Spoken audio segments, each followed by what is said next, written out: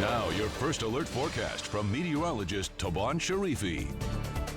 It has been a warm month of September. Yesterday in Palm Springs, we reached a high temperature of 103 degrees. That means we've seen 23 days of above average temperatures this month. 3 days only seeing below average temperatures and 3 days breaking record high temperatures.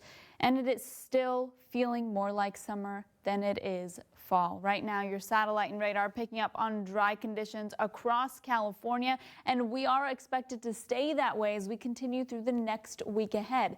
This weekend, continuing to stay warm through our Sunday. Today feeling very similar to what we experienced yesterday, though the average temperature now at 96 degrees. As we head into Monday, we're still tracking this ridge of high pressure that's heading off into the Pacific Northwest. Slowly, it's going to inch its way down closer to Arizona, and that is going to keep that warming trend in place for us here in Southern California. This morning, waking up with a pretty nice view on top of the Palm Springs aerial tramway. Slowly starting to see that sunrise this morning. Winds are nice and light, but we are expecting winds to pick up as we head into tomorrow. As far as your temperatures this morning, in the 70s, 73 in Palm Springs, a little bit cooler heading up to the higher elevations up at the TRAM, 62, 64 for Idlewild.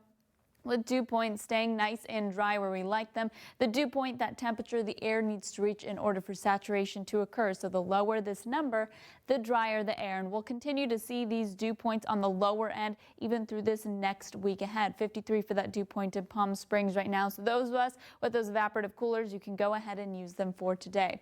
And we're not dealing with a smoke advisory. We have been dealing with those smoke advisory from nearby fires for the past couple of weeks. Right now, air quality sitting at the moderate range, where a lot of times we were seeing unhealthy for sensitive groups. So overall, things are looking good when it comes to our air quality compared to a couple of weeks ago.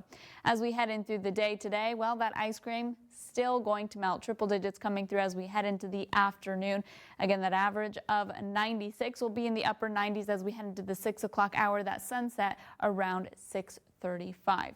I talked a little bit about those winds and how they are expected to increase. Well, that won't happen for our afternoon today. Wind gusts reaching into about 15-mile-per-hour range heading into the 5 o'clock hour.